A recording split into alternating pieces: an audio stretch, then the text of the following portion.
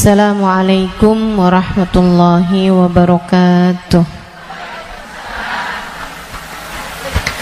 Alhamdulillah, wassalatu wassalamu ala rasulillah Muhammad ibn Abdillah wa ala alihi wa sahbihi wa man wala. Subhanaka la ilma lana illa ma 'allamtana innaka antal alimul hakim. Rabbi shrah li sadri wa yassir li amri wahlul 'uqdatan min lisani yafqahu qawli, amma ba'du.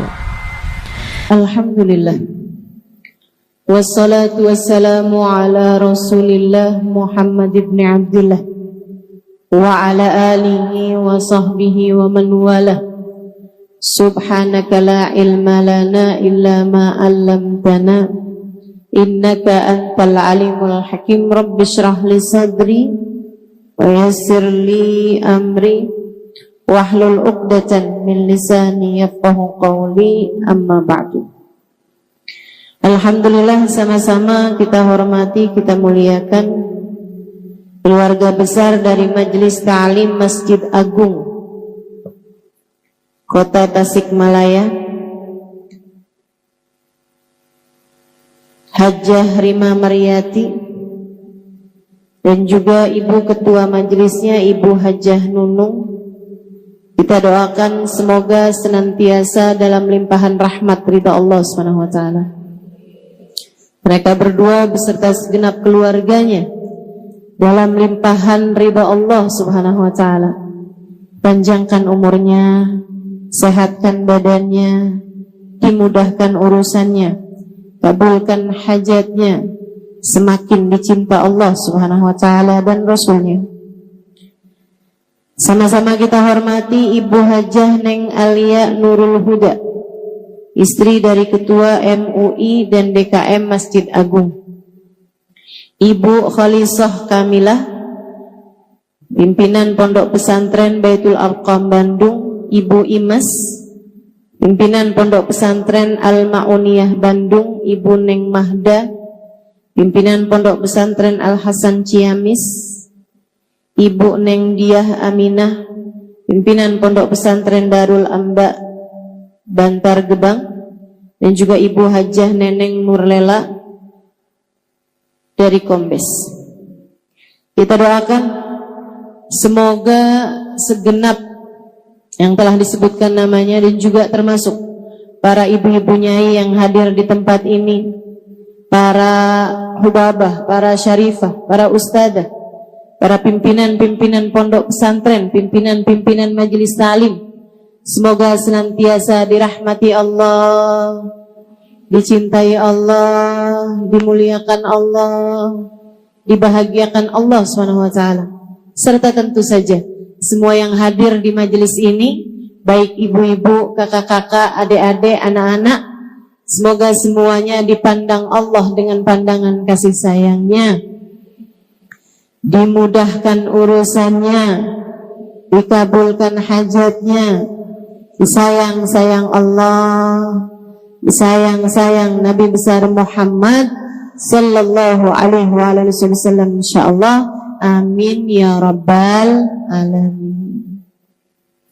Mukjizat doa ini yang akan kita bahas pada hari ini. Doa, ibadah yang luar biasa. Kita harus banyak-banyak berdoa. Saya sering bilang, jangan jadikan doamu hanya sekedar, sebab doa adalah semua yang kamu perlukan. Jangan cuman berdoa sedikit. Kamu justru sebaiknya sedikit-sedikit berdoa. Dikit-dikit doa, dikit-dikit doa. Itu yang seharusnya kita lakukan. Mencontoh manusia paling agung, baginda kita Nabi besar Muhammad. Nabi itu selalu berdoa. Nabi sering berdoa. Mohon maaf sebelum saya lanjutkan, kakak-kakak yang berdiri ini mau memastikan untuk tidak foto, tidak video. Betul ya? Sekarang gini aja, semua yang hadir nggak usah pakai dijagain, insya Allah nggak foto, nggak video. Betul? Betul, sepakat semuanya? Nah, jadi kakaknya biar nggak pada capek, boleh duduk. Oke. Ya. Silahkan duduk. Tahu-tahu pas habis selesai kajian nggak bisa jalan. Pada kaku karena berdiri kelamaan. Baik ya. Saudariku sekalian yang saya muliakan, Nabi Muhammad tuh begitu. Selalu berdoa. Nabi Muhammad diam-diam berdoa. Nabi Muhammad berdoa dalam diam dan diam-diam berdoa. Nabi Muhammad banyak doanya sebab beliau sedikit-sedikit berdoa. Ngelihat orang soleh ibadah, Nabi Muhammad doa, ya Allah terimalah ibadahnya. Melihat orang yang ahli maksiat, Nabi Muhammad berdoa, ya Allah karuniakanlah taubat padanya. Nabi Muhammad pernah kecurian sendal. Jadi rupanya maling sendal itu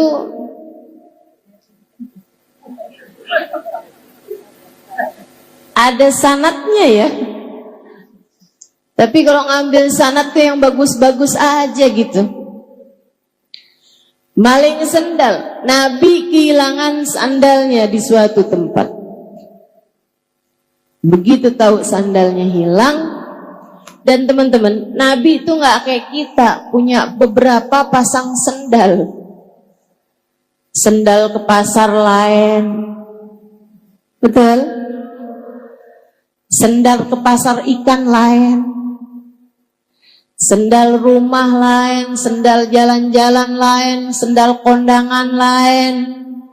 Begitu? Nabi nggak gitu. Nabi hanya punya sepasang sendal. Kalau hilang artinya Nabi Muhammad nggak lagi punya sendal. Tahu gitu kok sendalnya Nabi hilang. Begitu Nabi Muhammad menyadari, tahu bahwa sandalnya hilang, beliau berdoa, ya Allah, jika yang mengambil sandal saya adalah orang yang enggak punya sandal, berkahilah sandal saya pada kakinya. Didoain sama Nabi.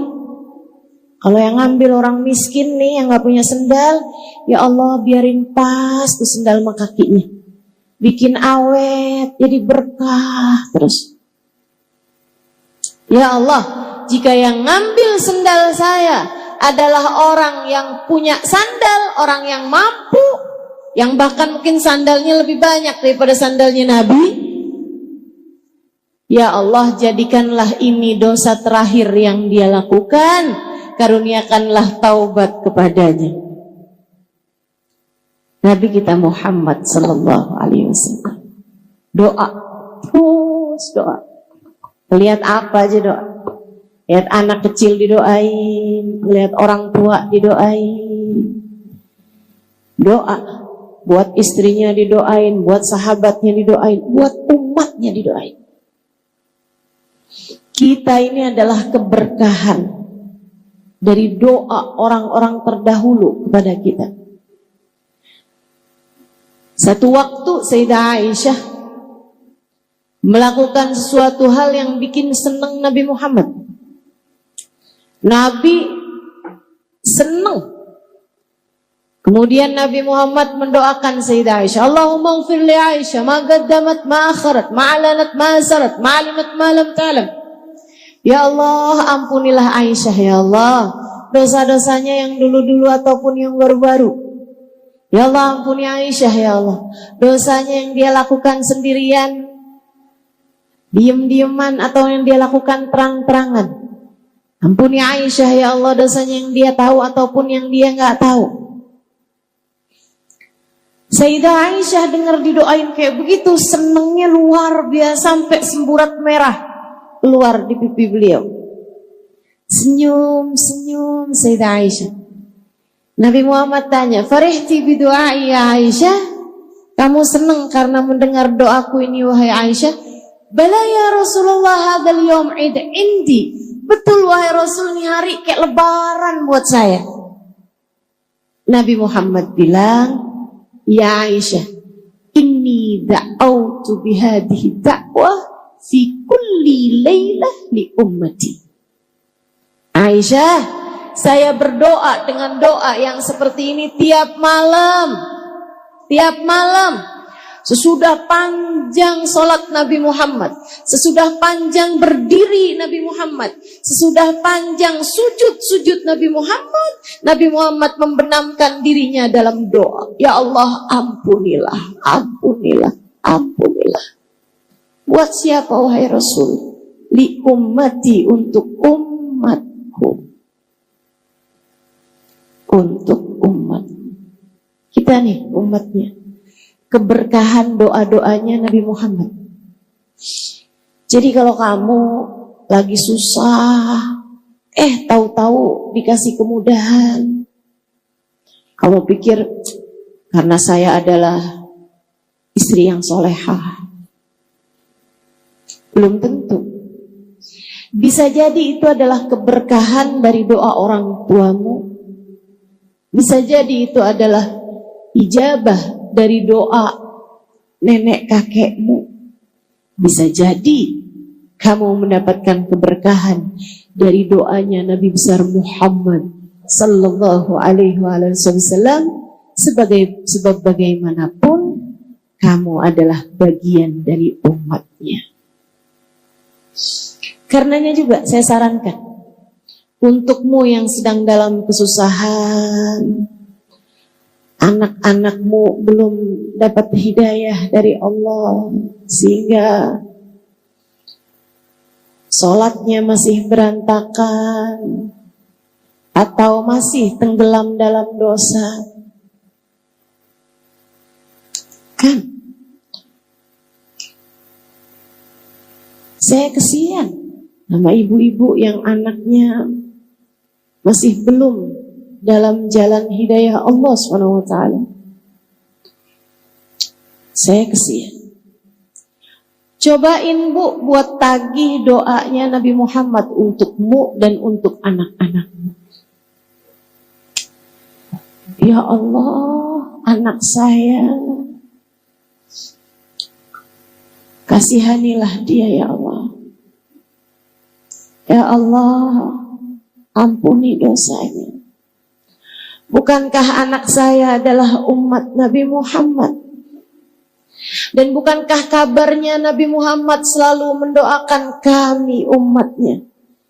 Ya Allah, ampuni dosa anak saya. Tarik dirinya ya Allah, bawakan ke jalan taat padamu. Jangan biarkan ia tenggelam dalam dosa dan kemaksiatannya. Kami mohon padamu ya Allah, sebab kami umat Nabi Muhammad.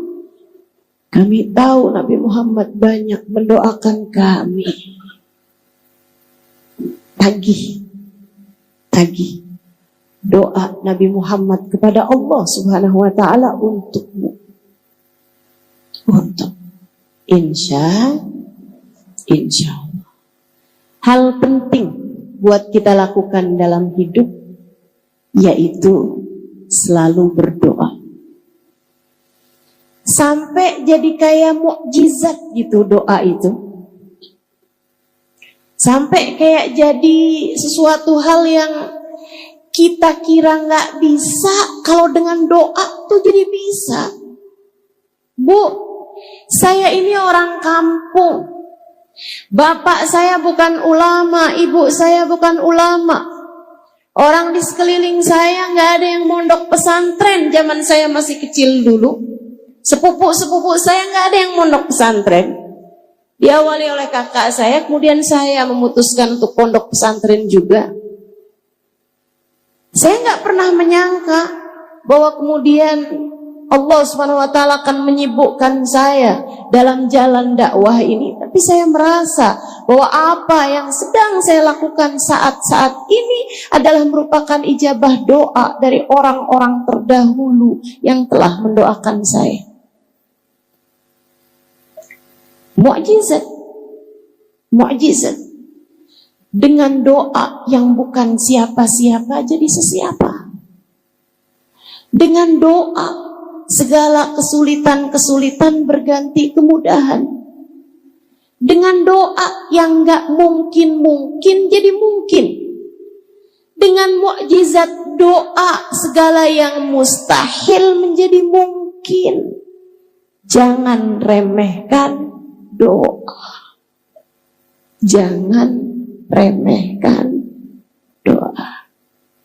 Ustazah, saya kepengen anak saya jadi ulama. Doa.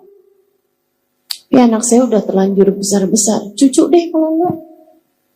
Cucu. Doa. Doa aja terus.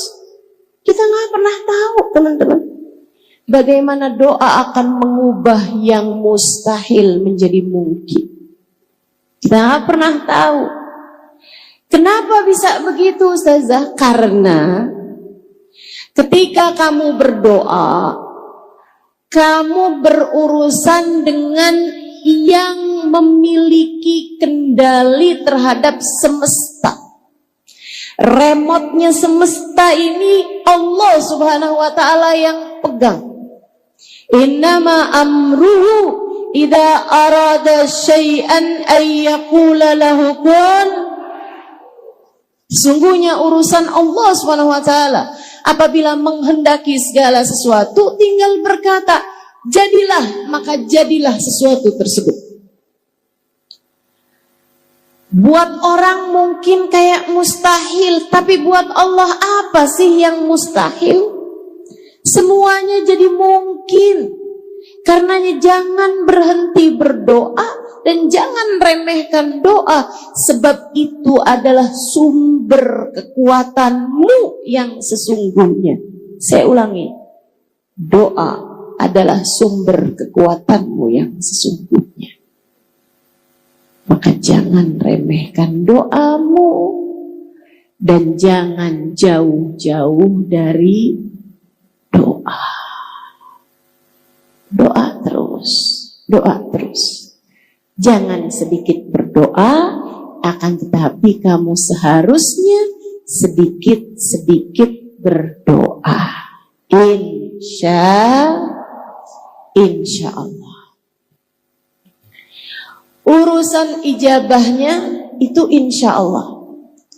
Man wuffiqa lid-du'a lam yuhramul ijabah. Kata Sayyidina Ali. Siapa yang ditakdirkan berdoa, Allah akan berikan kepadanya ijabahnya. Sebab meskipun berdoa itu kayak saya kepengen, saya minta sama Allah, saya mau doa sama Allah.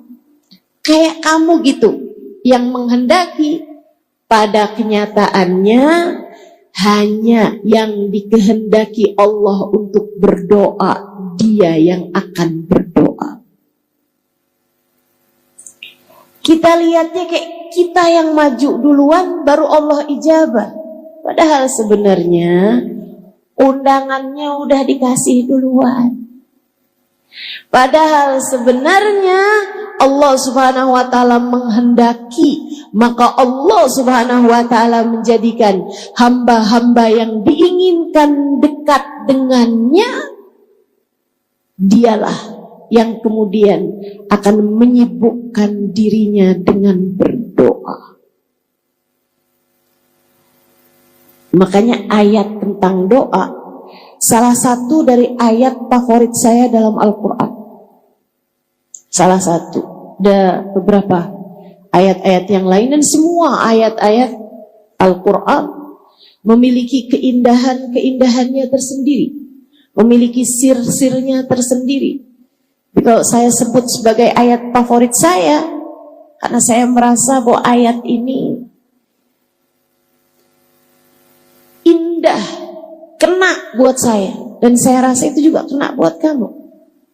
Salah satu dari ayat indah, ayat yang kena buat saya adalah ayat mengenai doa ini. A'udzu billahi minasyaitonir rajim. Wa idza sa'alaka 'ibadi anni fa inni qarib. Ujibu da'watad da'i idza da'an. Falyastajibu li wal yu'minu bi la'allahum yarshudun. Wa idza sa'alaka ibadi anni fa inni qarib. Apabila ada hambaku, bukan hambaku, hamba-hambaku, ibad. Apabila ada hamba-hambaku bertanya kepadamu wahai Nabi Muhammad tentang aku, fa inni qarib, katakan padanya sesungguhnya aku dekat. Ujibu da'watad da'i idza da'ani, aku akan mengijabah doa siapapun yang berdoa padaku. Aku akan mengijabah doa dari yang berdoa padaku. Atau aku akan menjawab panggilan siapapun yang memanggil-manggil namaku. Falyastajibu li, maka sampaikan pada umatmu untuk berdoa dan meminta padaku. Wal yu'minu bi, katakan pada mereka agar percaya padaku. La'allahum yarshudun, niscaya mereka akan mendapatkan petunjuk. Indah banget bukan? Indah banget bukan? Seorang sahabat bertanya kepada Nabi Muhammad, Allahu ba'id hatta unadi am huwa qarib hatta unaji. Rasul, saya punya pertanyaan. Allah itu jauh sehingga aku harus memanggilnya, ataukah Allah itu dekat sehingga aku cukup berbisik dengannya? Pertanyaan yang sangat indah, pertanyaan yang sangat bagus sekali ditanyakan seorang sahabat mewakili kita umat Nabi Muhammad sallallahu alaihi wasallam. Allahu ba'id hatta unadi am huwa qarib hatta unaji. Allah jauh sehingga saya harus panggil. Ini kan kalau saya mau ngomong sama yang ada di luar masjid, misalnya jauh, saya harus panggil dia gitu kan. Harus berteriak bahkan. Hei! Misalnya, kalau saya sebut namanya, karena jauh, saya harus memanggilnya. Saya harus berteriak, memanggil namanya. Tapi kalau orangnya di samping saya, ngapain saya teriak-teriak? Saya cukup bisik-bisik sama dia. Hei, dia akan menjawab. Kenapa Halimah? Kan begitu. Tapi kalau jauh kan, hei, jawabnya juga itu, iya. Jauh. Tapi kalau dekat kan, hei, dia akan jawab, iya. Nabi Muhammad diem. Ditanya begitu. Bukan karena Nabi Muhammad gak tahu jawabannya, tapi Nabi Muhammad punya adab sama Allah SWT yang lebih besar daripada apapun. Nabi itu sama Allah adabnya luar biasa. Nabi takut menjawab sesuatu hal yang sebenarnya ada jawaban yang lebih tepat gitu. Gitu ya. Itu Nabi Muhammad yang punya ilmu aja, ilmunya udah punya, udah tahu, udah dikasih sama Allah Subhanahu wa taala. Kalau ditanya tuh nggak asal jawab atau bahkan nggak langsung jawab. Kalau teman-teman juga gitu, seharusnya kita nih jadi umatnya juga kayak gitu. Kalau kamu nggak tahu jawabannya, jangan asal jawab. Ustazah Halimah orang mana sih? Orang Tasik.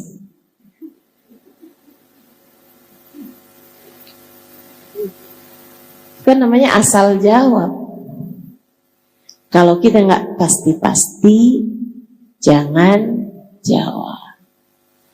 Sehingga sekalian, apalagi kalau ditanyanya perkara urusan hukum tentang Allah, tentang Rasulullah, tentang hukumnya ibadah, tentang tauhid dan seterusnya, tentang agama, ini jangan asal jawab.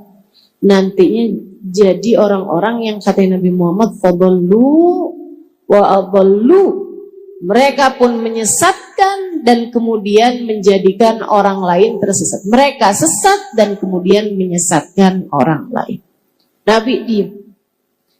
Saat itulah Allah SWT mengutuskan malaikat Jibril untuk memberitahu kepada Nabi Muhammad jawaban yang ditanyakan oleh sahabat ini. A'udzubillahi minasyaitonirrajim. Wa idza sa'alaka ibadi anni fa inni qarib. Apabila hambaku bertanya kepadamu, wahai Nabi Muhammad, apakah aku dekat ataukah aku jauh, sampaikan padanya fa inni qarib. Sungguhnya aku Allah adalah zat yang dekat. Saudaraku sekalian, fakta bahwa Allah dekat adalah sesuatu hal yang sangat melegakan bagi saya dalam hidup saya. Fakta bahwa Allah Subhanahu wa taala adalah zat yang dekat dengan diri kita adalah fakta yang seharusnya membuat kita selalu tenang dalam segala keadaan. Allah dekat dengan kita. Kamu takut dari apa? Kalau kamu tahu bahwa Allah dekat denganmu. Kamu sedih dari apa? Kalau kamu tahu Allah dekat denganmu. Ustazah, Allah itu beneran dekat. Dekat. Sedekat apa? Saya kasih tahu. Sedekat apa? Sedekat seseorang dengan bayangannya? Bukan. Sebab bayangan akan hilang saat kegelapan. Allah tak pernah hilang. Lantas sedekat apa, Ustazah? Biarkan Allah sendiri yang menjawabnya. Saya kalau bayangin dekat, sedekat ruh dengan tubuh. Saya kalau bayangin dekat. Karena kita nggak bisa gerak, nggak bisa pejam mata, nggak bisa tidur, nggak bisa bangun kecuali dengan ruh yang menempel dalam tubuh kita. Tapi teman-teman, ruh dengan jasad terpisah ketika datang kematian. Ketika orang lagi koma, lagi pingsan, nah itu ruhnya tuh pisah dari jasad. Bahkan ketika orang tidur, itu ruhnya pisah dengan jasad. Makanya begitu bangun tidur kita bilang alhamdulillahilladzi ahyana ba'dama amatana ilaihil nusyur. Ya Allah, terima kasih Engkau kembali menghidupkan aku setelah sebelumnya Engkau mematikan aku. Hanya kepadamu lah aku kembali. Sebab kalau kita tidur tuh pisah rohnya dari jasad kita. Enggak terlalu dekat ternyata jasad dengan ruh. Allah menceritakan tentang kedekatan. Ini karena saya senang belajar, makanya saya jadi banyak tahu. Allah ketika menceritakan tentang kedekatan Allah dengan kita hambanya, lihatlah, bacalah, dengarkanlah bahasa Allah Subhanahu wa taala. Kata Allah Subhanahu wa taala, "A'udzu billahi minasyaitonir rajim wa nahnu aqrabu ilaihi min hablil warid." Sesungguhnya aku Allah lebih dekat dengan hambaku daripada ia dengan detak nafasnya sendiri. Daripada ia dengan detak nadinya sendiri. Sebab detak nadi tak akan berpisah denganmu. Saat kamu tidur, nadimu tetap berdetak. Saat seseorang pingsan, nadinya tetap berdetak. Bahkan saat seseorang koma, nadinya tetap berdetak. Justru dari kebersamaan detak nadi tersebut itulah para dokter mengkonfirmasikan kehidupannya. Wa nahnu aqrabu ilaihi min hablil warid. Aku lebih dekat dengan hambaku daripada ia dengan detak nadinya sendiri. Saya mudahkan untukmu. Ingat-ingat terus. Allah lebih dekat denganmu daripada kamu dengan detak nadimu sendiri. Allah lebih dekat dengan saya daripada saya dengan detak nadi saya sendiri. Enggak ada yang lebih dekat dengan kita daripada kita dengan Allah. Ustazah, tapi kok saya sering lupa sama Allah? Ya kamu. Tapi Ustazah, saya kok gak ngerasa dekat sama Allah? Ya kamu. Tapi kok saya ngerasa jauh gitu Ustazah dari Allah? Ya kamu. Bukan Allahnya, kamunya. Dan itu artinya kamu menyia-nyiakan karunia terbesar yang Allah berikan dalam dirimu.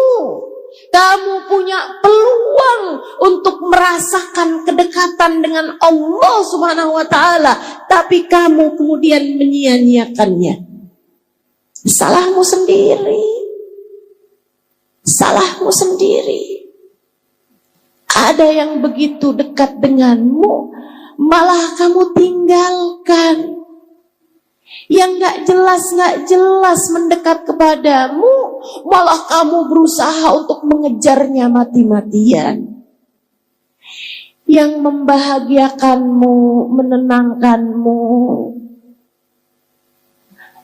yang membuatmu bahagia, membuatmu senang, membuatmu tenang, kamu malah meninggalkannya. Yang membuatmu gelisah, membuatmu galau, membuatmu cemburu, membuatmu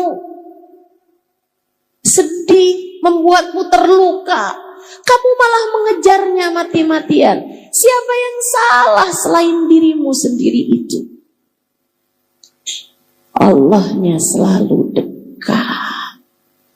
Bahkan kalau kamu baca sifat-sifatnya Allah dalam Asmaul Husna, teman-teman, Allah itu punya sifat mudad, punya sifat berlawanan.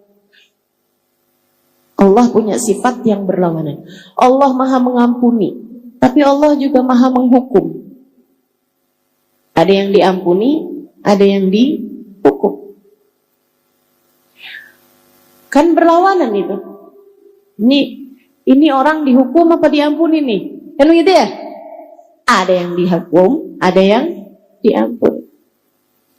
Allah maha lemah lembut, tapi Allah juga maha latif. Allah juga maha jabbar, qahhar. maha garang, maha kuat, maha kejam. Allah juga maha lembut, maha penuh kasih sayang, tapi juga Al-Muntaqim, Al-Jabbar, sifat yang berlawanan. Tapi Allah punya sifat qarib, dekat. Dan silahkan baca Asmaul Husna dari awal hingga akhirnya, tak akan kamu dapati Allah menyebut dirinya dengan ba'id, jauh, tak ada. Artinya Allah tidak pernah jauh darimu. Artinya Allah selalu dekat denganmu. Jangan sia-siakan kedekatanmu dengannya. Wa idza sa'alaka 'ibadi anni fa inni qarib. Ujibu da'watad da'i idza da'an. Aku mengijabah doa siapapun yang berdoa padaku. Falyastajibuli, maka mintalah padaku. Wal yu'minu bi, dan tetaplah percaya padaku.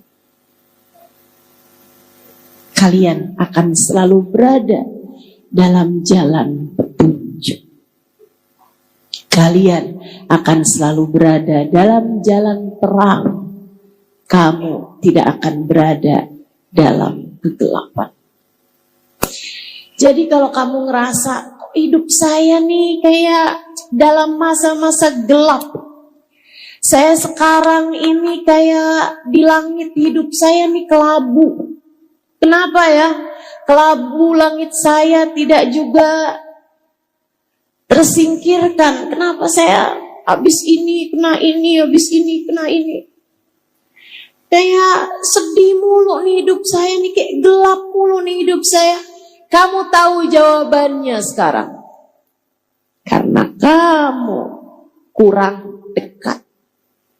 Bukan Allahnya, tapi kamu kurang dekat dengan Allah Subhanahu wa ta'ala. Kamu sih menjauh terus. Kamu sih menghindar terus. Kamu sih dikasih kesempatan seindah ini dalam kehidupan untuk berdoa, untuk meminta, untuk berzikir, untuk dekat dengan Allah SWT. Tapi kamu yang berlari-lari menghindar, menjauh darinya, hingga Allah kemudian ulurkan tali kepadamu berupa musibah demi musibah yang sebenarnya tujuan Allah adalah hendak menarikmu kembali di sisinya. Karenanya sering saya sampaikan kepada para istri yang mengadu kepada saya, Ustazah, suami saya ninggalin saya. Ustazah, suami saya kesangkut. Sangkut apa? Pagar janda belakang rumah.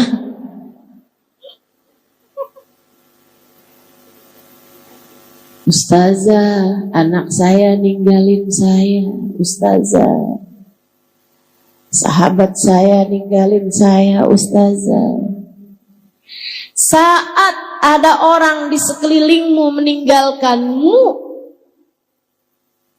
itu adalah tali yang Allah Subhanahu wa ta'ala ulurkan untukmu, karena kamu selama ini selalu kepengen kabur mulu dari Allah Subhanahu wa ta'ala. Pernah lihat ada ibu-ibu sholat di Masjidil Haram atau Masjid Nabawi, ibu-ibu Arab sholat Masjidil Haram, Masjid Nabawi, bawa anaknya umur 2 tahunan gitu, yang belum bisa diomongin. Kalau umur 3 tahun, 4 tahun masih bisa diajakin ngobrol. Biasanya kalau umur 2 tahunan kan belum tuh bisa diajakin ngobrol, tapi udah bisa jalan, udah bisa lari. Itu kan paling susah dijagain. Tapi ibunya kepengen sholat. Apa yang dia lakukan? dia pakein tali ke anaknya. Pernah lihat? Itu setiap kali anaknya rada jauhan ditarik sama dia. Kayak gitu tuh Allah SWT kepadamu.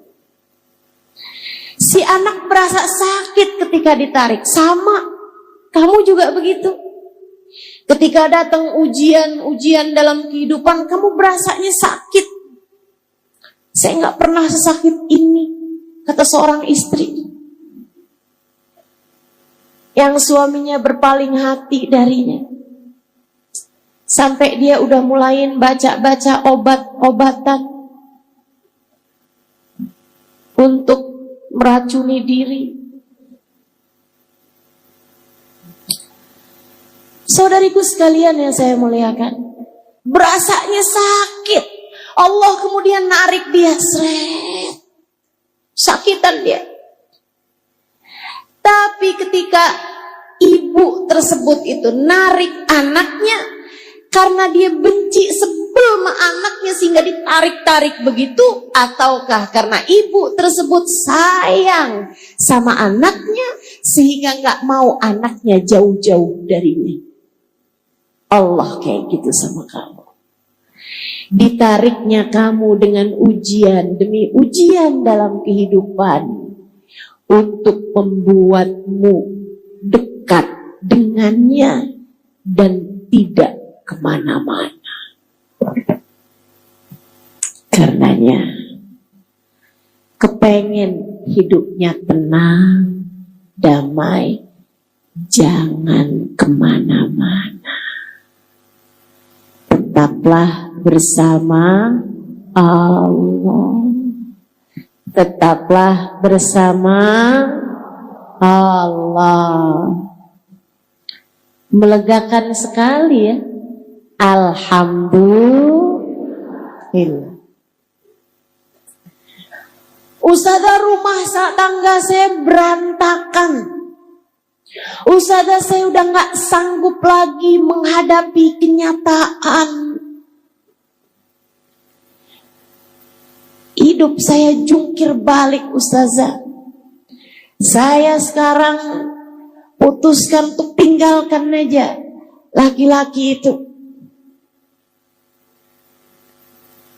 Anakmu berapa? 6.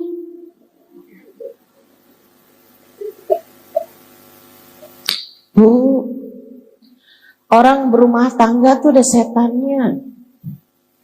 Setannya juga apa ya? Setannya tuh kayak penuh politik gitu. Dia tuh punya banyak cara gitu. Dan namanya setan kan. Setan kan gak ada ceritanya cara yang kayak gini haram. Ya setan emang ngerjain yang haram-haram. Jadi kalau kamu demen banget sama yang haram-haram, artinya kamu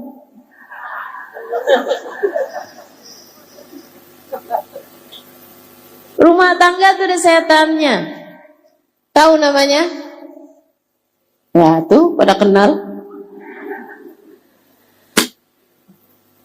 Orang kalau lagi pacaran, setannya tuh berusaha untuk deketin hingga terjadi perzinaan. Kalau lagi pacaran.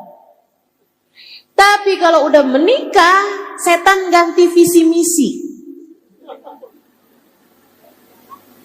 Setan itu terjadi penyerahan jabatan ketika seseorang menikah. Gitu kan? Nih, tugas saya udah selesai. Katanya setan yang ngajakin zina. Sekarang dia udah nggak zina lagi tuh, suami istri. Kalau melakukan hubungan intim kan udah nggak zina lagi. Nih, tugas saya udah selesai. Sekarang tugas kamu udah zina. Oke, siap. Nih, job desk kamu dibuka, memisahkan pasangan suami istri dengan segala macam caranya. Politik tahu semua dia. Dari membuat istrinya cemburuan, sehingga setiap kali suami buka WhatsApp, istrinya matanya panjang. Panjang banget itu. Ngelihat di jarak 2 meter, 3 meter kelihatan.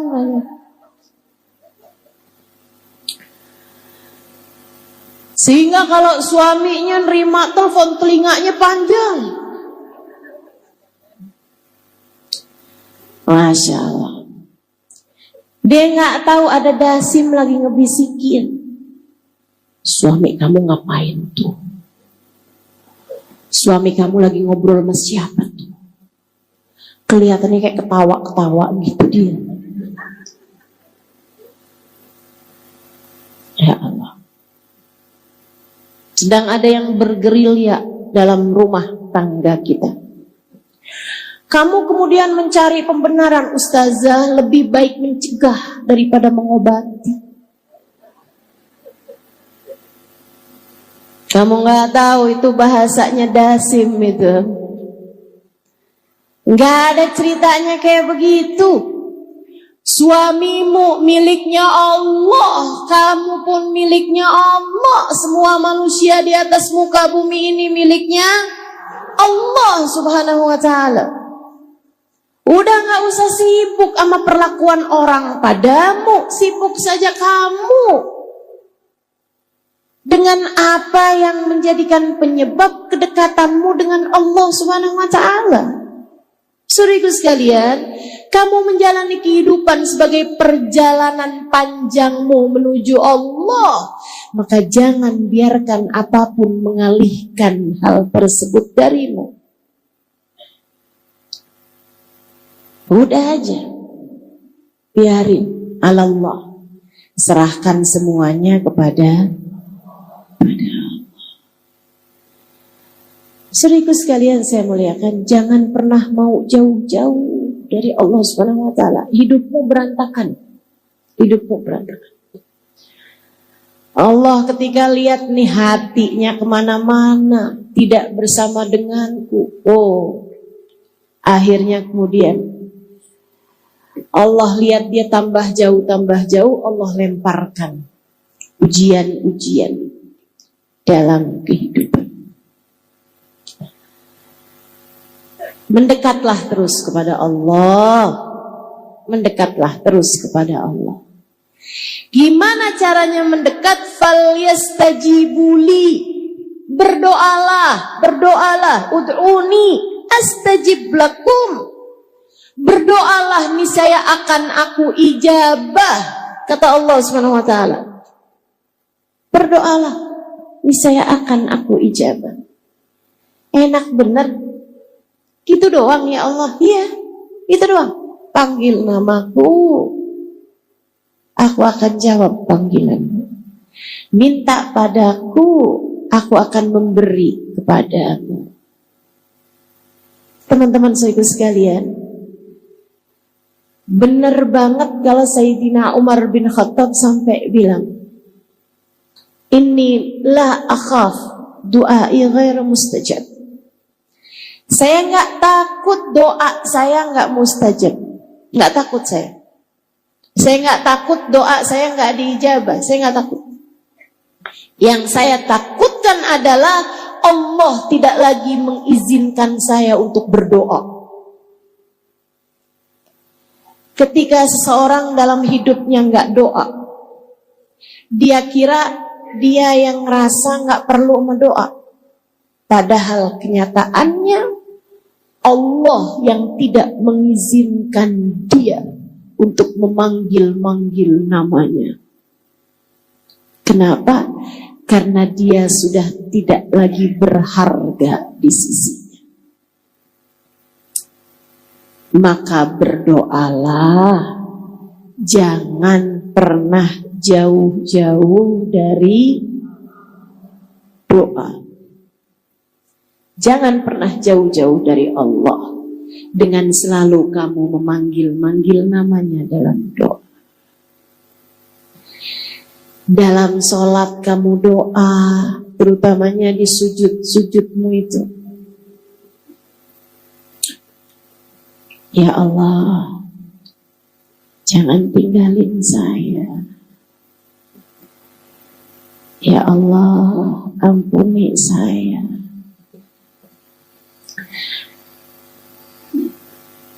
Habis selesai sholat, doa. Angkat tanganmu minta padanya. Habis zikir, doa. Minta apa yang kamu mau. Kata Nabi Muhammad, orang kalau habis selesai sholat nggak doa, itu kayak orang habis kerja belum nerima bayarannya udah jalan. Sayang, kamu punya doa mustajab, kenapa nggak kamu pakai? Pakai dulu, ambil gajinya, ambil bayarannya, berdoalah. Kalau perlu sebelum kakimu bergerak, sebelum pindah posisi duduk, doa dulu.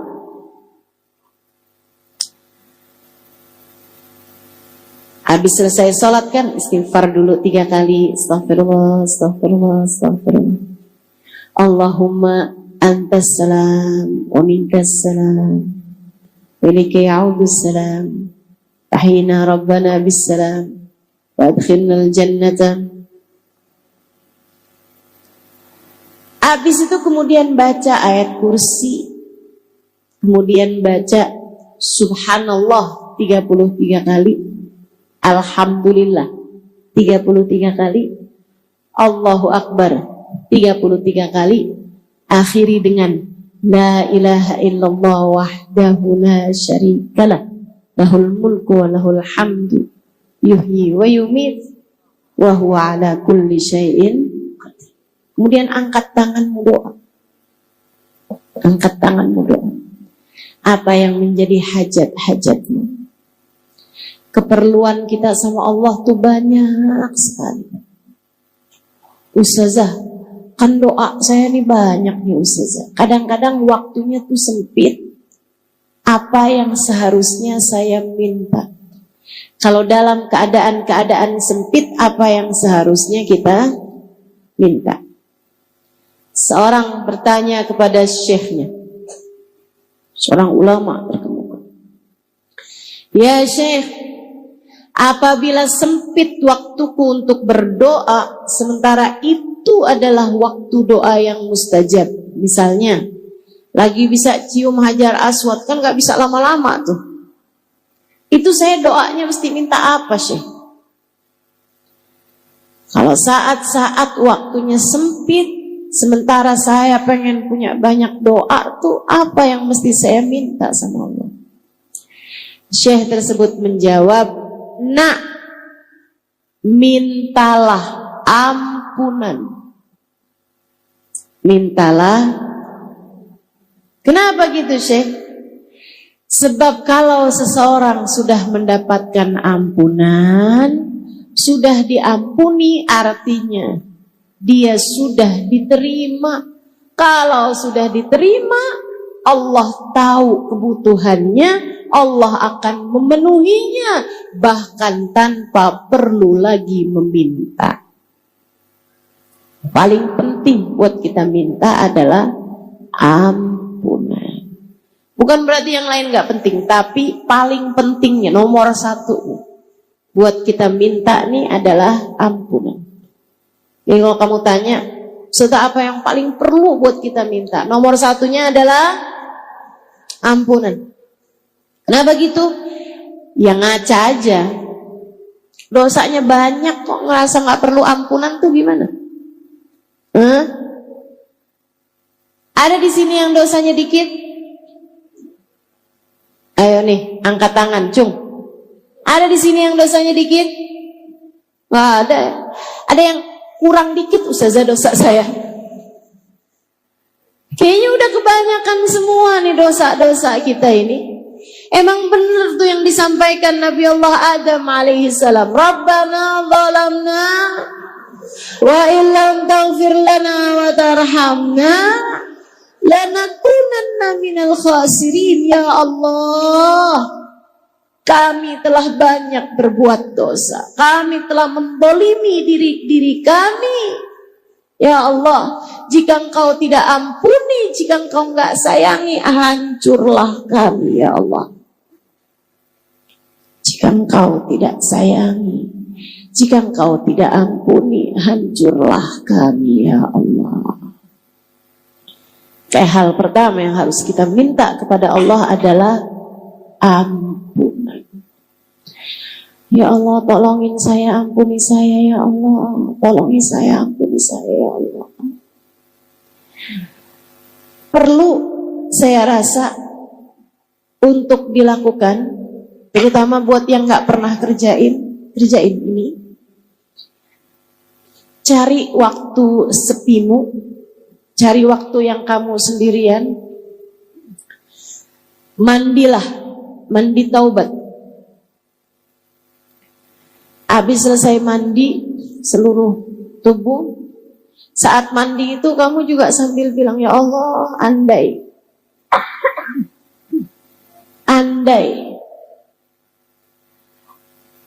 semudah ini membersihkan diri dari dosa-dosa. Andai membersihkan dosa semudah membersihkan badan ini ya Allah. Hanya Engkau yang dapat melakukannya ya Allah. Bersihkan diri saya dari dosa-dosa, sebagaimana saya membersihkan diri saya dari kotoran-kotorannya. Habis itu sholat. Tentu saja sesudah handukan, segala macam ya. Masa mesti diceritain kayak gitu? Ustazah, tadi kan mandi, terus sholat Ustazah. Sholatnya gak pakai mukena? Ya itu gak usah diceritain, kita semua tahu lah. Sholat 2 rakaat. Usolli sunnatat taubah rakaatain lillahi ta'ala. Sholat 2 rakaat.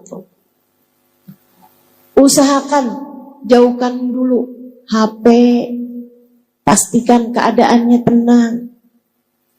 Karena bagaimanapun kamu lagi khusyuk gitu, terus tiba-tiba kedengaran dari HP kamu, Shopee.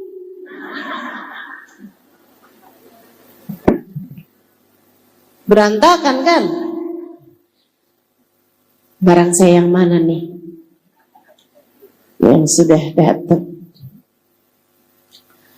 Saudara sekalian, sholat 2 rakaat. Habis selesai sholat, angkat tanganmu, kemudian berdoa. Saat sujud kamu dalam sholat juga banyakin doa. Kata Nabi Muhammad, "Aqrab ma yakunul 'abd min rabbih fahuwa sajid. Fa'akthiru fihi du'a faqamin an yustajabalah." Tempat terdekat seorang hamba dengan Allah Tuhannya adalah saat dia sedang sujud. Maka perbanyaklah doa dalam sujudmu, sangat mungkin doamu diijabah. Hanya saja sholat itu ada peraturannya. Peraturan dalam sholat tidak diperkenankan melafalkan bahasa selain dengan bahasa Arab. Sehingga kalau kamu mau berdoa dengan doa hajat-hajatmu, dengan doa sesuai dengan bahasamu kan bukan bahasa Arab, iya kan? Jadinya kalau kamu mau berdoa sesuai dengan bahasamu sendiri, dan itu jauh lebih enak teman-teman, jauh lebih nikmat. Tidak usah dilafalkan pakai lisanmu, cukup dengan kamu hadirkan di dalam hati. Bahasa hati tenang aja. Itu jauh lebih sampai kepada Allah SWT daripada bahasa lisanmu yang tidak keluar dari hatimu. Allah mendengarkan hati kita lebih terang daripada kita mendengarkan ucapan dari lisan seseorang. Wa asirru qaulakum aw ijharu bih, kata Allah dalam Al-Quran. Wa asirru qaulakum aw ijharu bih innahu alimun bidatis sudur. Mau kamu kerasin suara kamu, mau kamu pelanin suara kamu, Allah tahu apa yang ada di dalam hati seseorang. Jadi saat sujud doa, tapi nggak usah diomongin. Ya Allah ampunin saya, ya Allah dosa saya memang udah banyak banget ya Allah. Nggak usah diomongin, dalam hati aja, ya Allah lihatin saya ya Allah, saya hamba-Mu, maafkan selama ini dosa udah begitu banyak saya terjang ya Allah. Saya datang padamu mohon ampunan ya Allah. Ampunilah segenap dosa-dosa saya yang saat ini sedang berada dalam kekalutan hubungan rumah tangga, yang saat ini sedang berada dalam keadaan darurat karena saldo sudah minta maaf, diminta maafin nomor rekening. Mohon maaf, saldo Anda sudah habis. Saudariku sekalian yang saya muliakan, yang saat ini sedang dalam keadaan sempit kehidupannya, sempit hatinya, atau yang saat ini sedang merasa ya Allah sakit kok terus-terusan begini ya, cobain, kerjain yang saya sampaikan padamu ini. Mandi taubat, sholat taubat. Kemudian sesudahnya, nih, dengerin saya. Kamu ingat-ingatin dosa kamu sama Allah. Ingat-ingatin dosa apa aja yang selama ini udah kamu kerjain. Ustazah malu. Kamu udah ngerjainnya dulu. Ya gak apa-apa, sekarang ingetin dulu. Kok kayak gitu ya saya?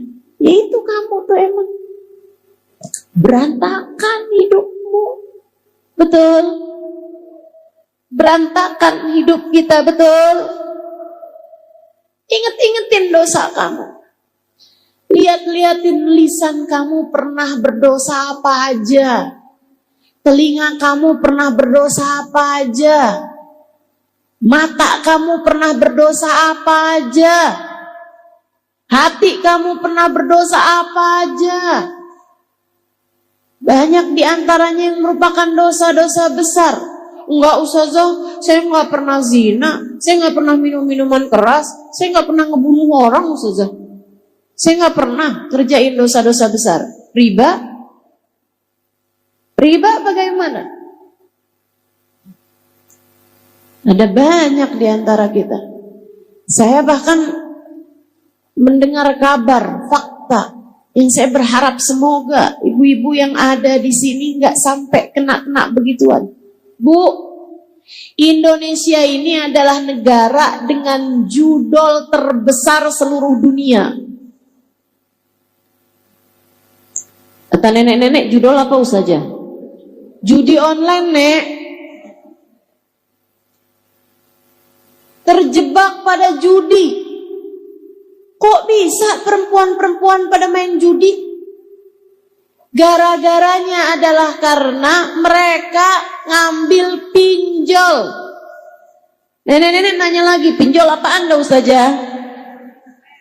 Pinjaman online, Nek. Cuman naroin foto KTP. Habis itu kemudian dia tinggal nulis dia mau berapa duitnya. Dikirimkanlah duitnya sama pihak pinjaman online tersebut. Dikirimin 1 juta, itu dalam beberapa waktu bunganya naik-naik terus. Sampai kadang-kadang hutangnya cuma 3 juta. Akhirnya kemudian berbunga, bisa sampai belasan juta.